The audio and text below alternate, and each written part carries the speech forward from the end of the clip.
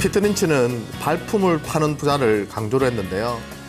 쉽게 말하면 실생활에서 돌아다니면서 투자할 종목을 선택을 했던 겁니다. 직접 관심 있는 기업을 방문을 했고요. 직접 도넛을 먹어보고 맛있고 잘 팔리는 것을 확인하고 샀고요. 자기 와이프가 스타킹을 계속 사 입는 걸 보고 그 스타킹 업체를 투자를 해서 대박이 났던, 그러니까 한마디로 발품을 팔아서 직접 기업을 발굴해내는 그런 기법이고요.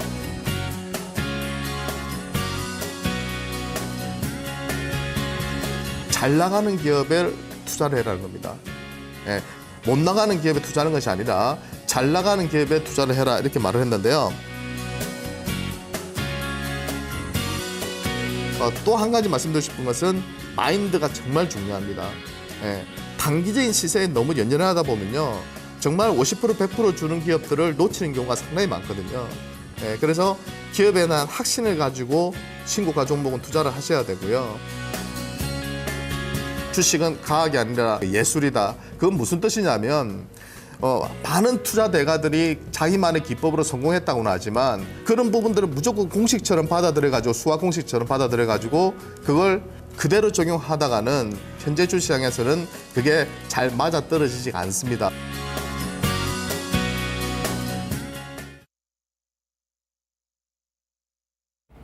유성치 운용력과 함께하는 레전드에게 듣는답니다. 안녕하세요, 운용력님. 네, 안녕하세요. 반갑습니다. 네, 시장 조정장 계속됩니다. 오늘 코스닥 이틀째 반등 인상적인데요. 그래도 이런 조정 분위기 속에서 투자자분들이 많이 좀 침체되셨을 거예요. 이런 부분들 좀 힘이 날 수 있을 만한 그런 내용 오늘 전해주셨으면 좋겠는데요. 네네. 오늘 피터 린치라면 또 어떤 우리 시장의 모습에 주목을 하게 될지 전해주실 거죠? 네, 오늘 그 말씀 조금 드리려고 하는데요. 최근에 주식시장이 상당히 고점에서 좀 많이 빠졌고요. 그러면서 약간의 저도 주식을 오래 했지만 이런 구간이 들어올 때마다 스트레스를 받거나 또 어느 정도 공포감을 느끼는 경우가 상당히 많아요. 그런데 시간이 지나고 나서 보면 결국은 본질적인 가치에 투자하신 분들이 결국은 수익을 많이 내거든요. 그래서 그런 부분에 대해서 오늘은 같이 한번 좀 살펴보려고 합니다. 지금처럼 시장의 변동성이 심해지면 사람들은 공포에 빠지게 되고요. 그동안 자기가 그 기업의 가치를 보고 투자했던 기업이 그 가치가 전혀 변하지 않았음에도 불구하고 시장의 급락 때문에 같이 빠지게 되면 거기에 대해서 두려움을 가지게 되고 나의 판단이 잘못됐나 이렇게 생각하게 됩니다. 시장에 휘둘리다 보니까 자기의 기본적인 원칙이 흔들리게 되는 그런 건데요.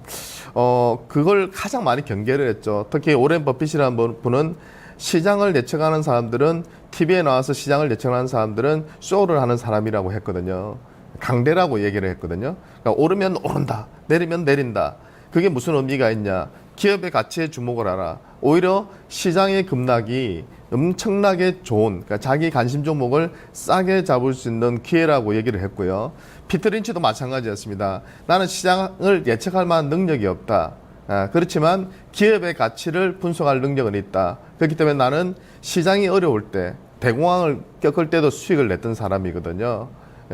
그만큼 기업의 가치에 집중하면 단기로는 손실이 나는 구간에 들어갈지 모르겠지만 결국 그 기회 때 추가적으로 매수를 함으로써 엄청난 기회를 만드는, 이 길을 기회로 활용했고요. 존 템플턴도 여러분들이 잘 아시다시피 역발상 투자로 유명합니다. 이기 때마다 새로운 돌파구를 만들어냈고요. 그 이기를 활용해서 결국은 큰 돈을 벌었거든요. 처음부터 그렇게 잘했던 게 아니에요. 그 사람들은 처음에 대부분이 다 손실이 났습니다. 판판이 깨졌어요. 그런데 시간이 지나면서 시장의 생리나 속성을 이해하기 시작하면서 결국은 기업의 가치에 주목을 했죠. 그리고 결국은 큰 수익을 내게 됩니다. 대부분은요, 전쟁, 대공황, 오일 쇼크, 금융위기, 이런 이기를 다 기회로 만들어가지고 부자가 됐던 사람이에요. 그런 부자가 원칙을 지켰던 사람들이 몇 명 되지 않기 때문에 우리는 그분들을 투자의 대가라고 하고 있고, 레전드를 듣는다 시간을 통해서 우리가 그 분들을 소개를 시켜드린 거거든요. 정말 어려운 거예요. 왜? 인간의 본능과 반대로 충실하게 투자를 하면 손실이 나고요. 인간의 본능과 반대로 투자를 하면 수익이 나거든요. 그죠? 본능에 충실하게 되면 단타를 할 수밖에 없어요. 단타의 비중이 높아질 수밖에 없고 단기적인 수익의 결과, 단기적인 계좌의 결과에 연연할 수밖에 없고 그걸로 그 기업을 판단하게 되고 그걸로 그 전문가를 판단하게 되고 그걸로 그 펀드를 판단하다 보니까 지금 어때요? 기관들도 펀드 운용하는 행태가 어떻습니까? 솔직히 뭐 아무런 원칙이 없어요. 그냥 3개월, 6개월 플레이예요. 왜? 그때까지 수익을 안 내주면 네, 질책 당하니까. 네. 그죠? 손을 날 수도 있거든요.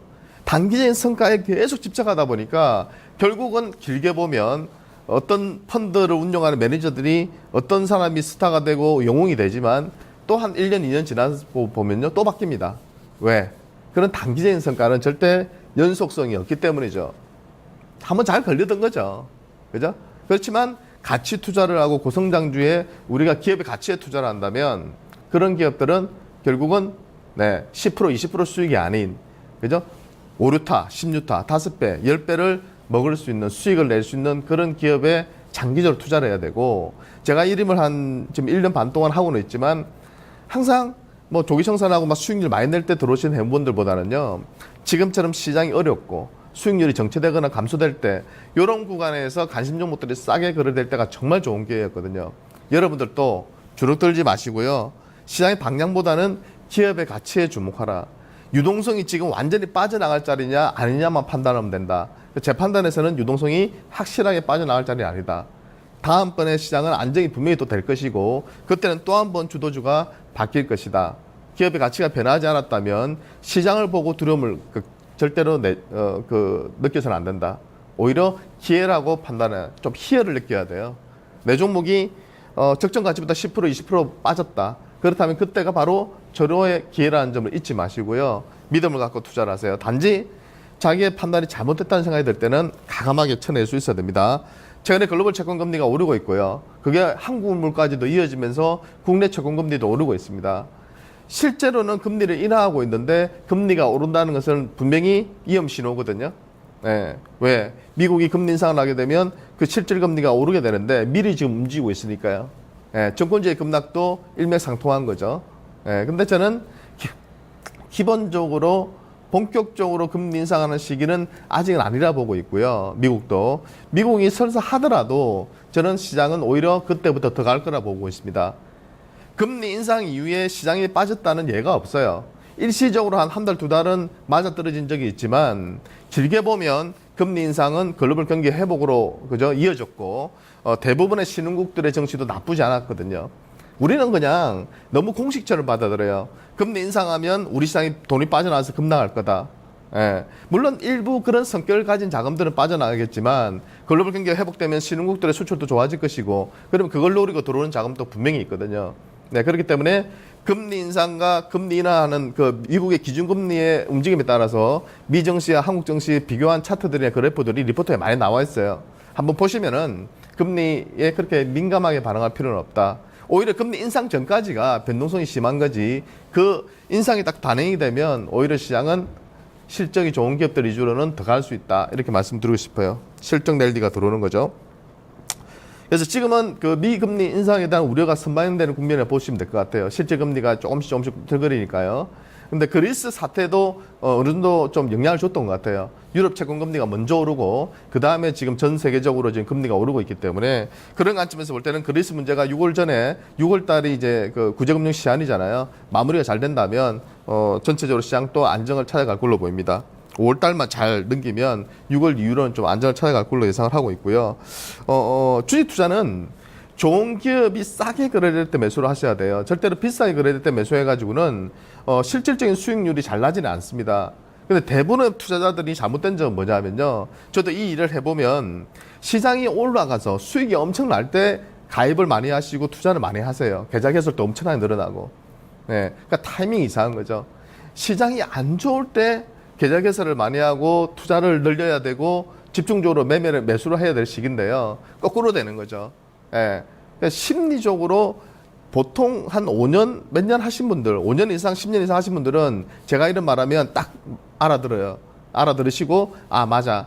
그래서 나는 공포를 사야 돼. 이렇게 딱 준비를 하고 있고, 오히려 빠지면 그걸 기회라고 생각을 하시는데요.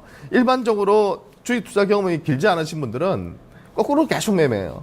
그렇게 한 2, 3년 깨지다 보면 수업료를 한 5%, 10% 내면 괜찮은데 내가 1억을 투자해서 한 1,000만 원 정도 손실 보는 건 괜찮은데 문제는 치명적인 타격을 많이 받는다는 거죠. 1억을 투자해서 7천만 원, 5천만 원 내리는 경우가 수두하거든요. 수도 없이 많거든요. 그러다 보니까 그때는 어때요? 마음이 조급해지니까 이미 게임에서 지고 들어가는 거죠. 예, 30% 이렇게 손실 나버리면요. 이미 내가 수익을 내서 본전 찾으려면 40% 이상 수익을 내야 돼요. 네, 7천만 원 가지고, 그죠? 40% 내도 2,800만 원이니까 9,800만 원이거든요. 그럼 40% 이상의 고수익을 내야 되는데 마음이 어떻겠어요? 네, 그러니까 자꾸 투기적인 종목을 매매하게 되고 급하게 매매하게 되고 신용을 쓰게 되고 그러다가 더 나락으로 떨어지는 거죠. 반의 반토막도 나는 것이 주식시장이거든요.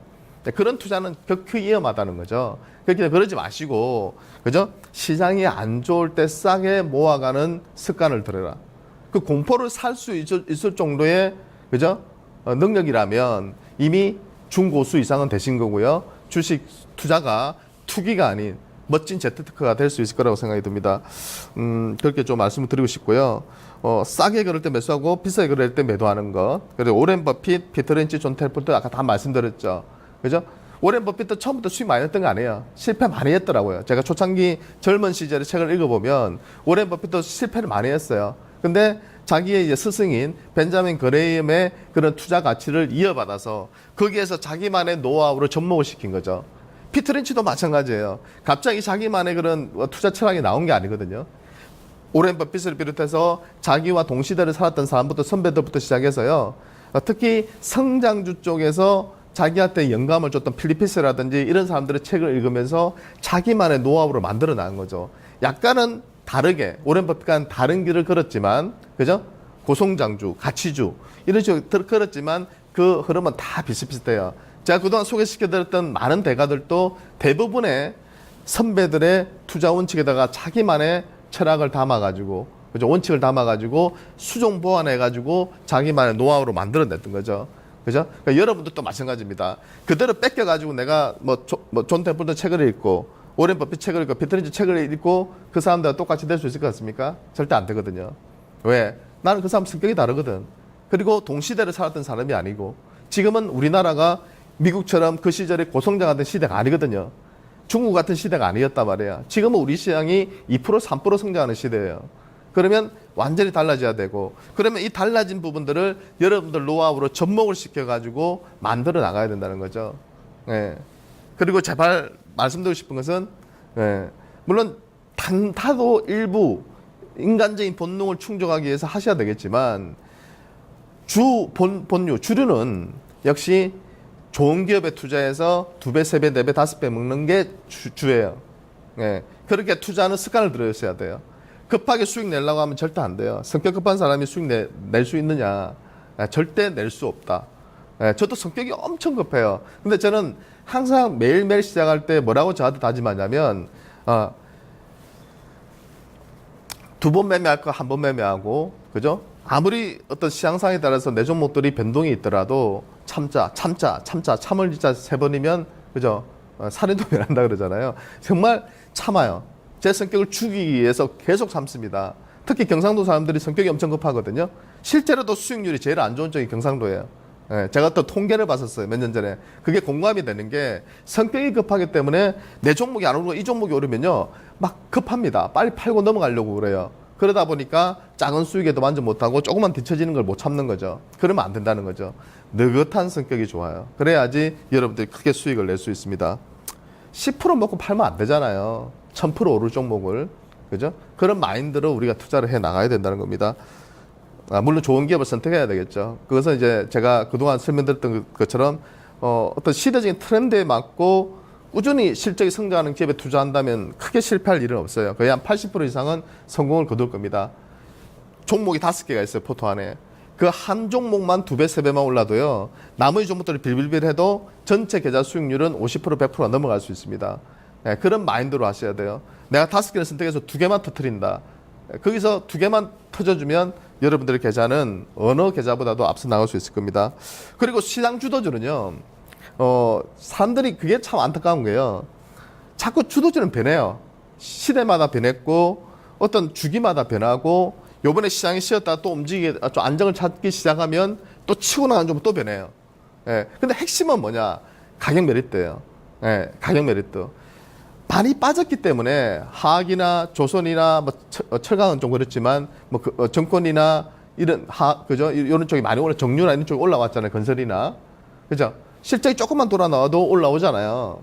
근데 그것은 뭐냐? 반의 반토막이 났기 때문에 그만큼 가격 메리트가 있는데 실적이 턴어라운드 하니까 강하게 올라오는 겁니다. 그죠? 근데 그런 기업들이 계속해서 그런 속도로 올라갈 수 있느냐, 대형주가. 그건 만만치가 않죠. 매출이 늘지 않은 상태에서의 이익 증가는 좀 더 확인해 볼 필요가 있는 부분이고요.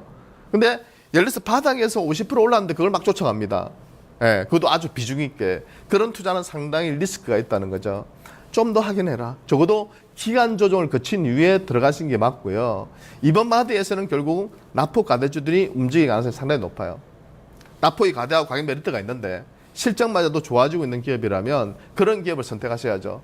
그러니까 어제 오늘 구간에서 보면은 반도체 관련주들이 급등을 하고 있고요. 일부 기업들이 급등을 하고 있고 또 그 스마트폰 부품 쪽 있죠. 그런 기업들도 일제히 반등을 주고 있습니다. 왜? 가격적으로 많이 빠져 있기 때문에 그런 기업들이 이제 반등을 주고 있고요. 자동차 쪽도 기아차를 비롯해서 상대적으로는 최근 지수 급락장에서 잘 안 빠지면서 반등을 주고 있죠. 근데 딱 판단을 하셔야 돼요.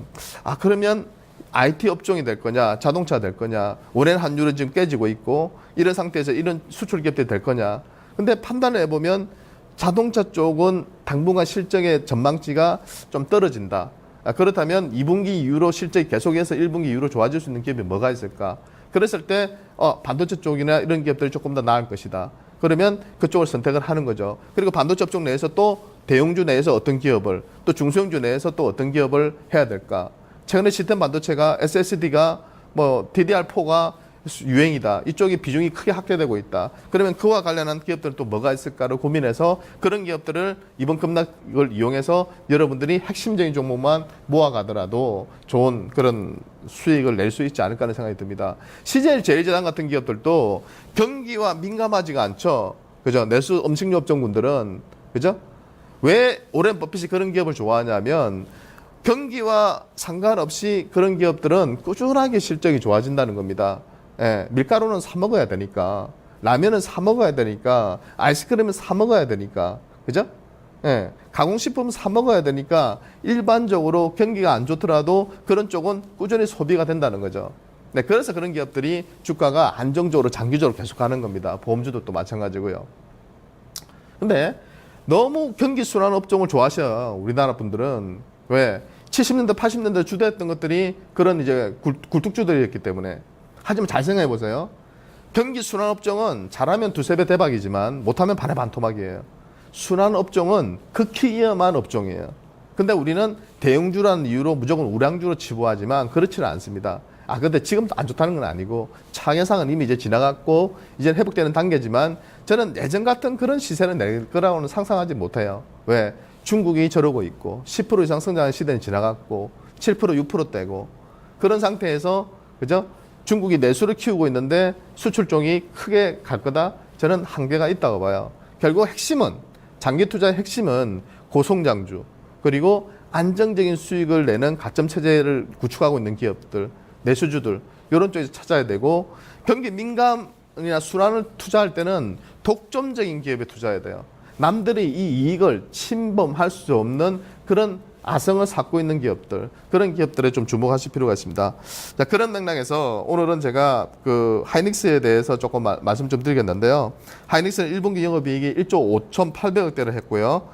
외국인이 지분율이 오늘 또 들어오고 있습니다. 지금 어제부로 52.1%로 돌파했고요. 기관 매도가 약화되면서 최근 지수 급락 구간에서 잘 선방해주고 있고요. 직전 박스권 돌파를 시도하고 있습니다. 1년 동안 박스권인데요. 상단 박스권을 돌파할 가능성이 지금 상당히 높은 시점이고 이번 구간에서 영업이익이 이제 올해 6조 원 돌파하면서 이번 구간에서 5만 원대 돌파를 한번 시도하는 흐름이 나올 것 같고요. 시가총액 33조 원대밖에 안 돼요. 그러니까 전체적으로 순이익도 한 5천억 정도 내내서 하거든요. 그러면 한 7배도 안 된다는 거죠. 그렇기 때문에 가격적으로는 상당히 메리트가 있는 그런 기업이라고 보시면 되겠습니다.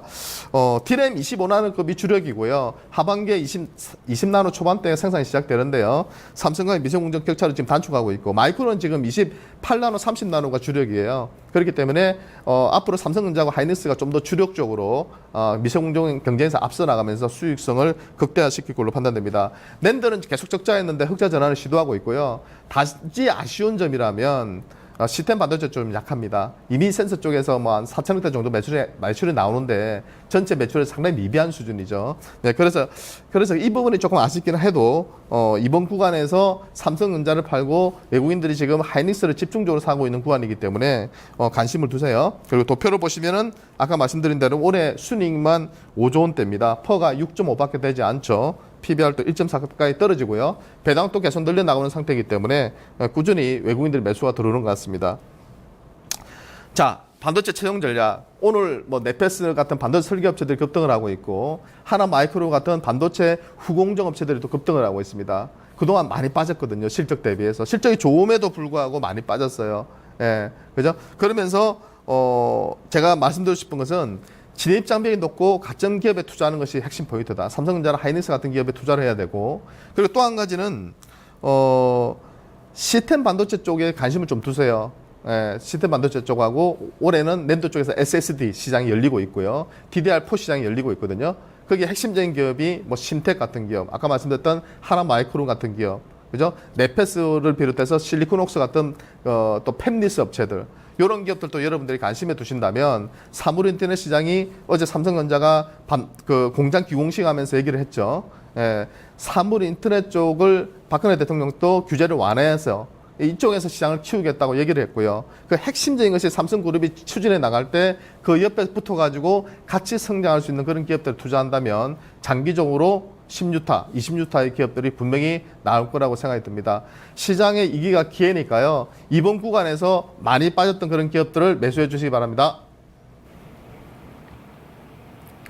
네, 마켓 이마기장 금요일 순서 여기까지입니다. 월요일장 오전에 다시 돌아오겠습니다.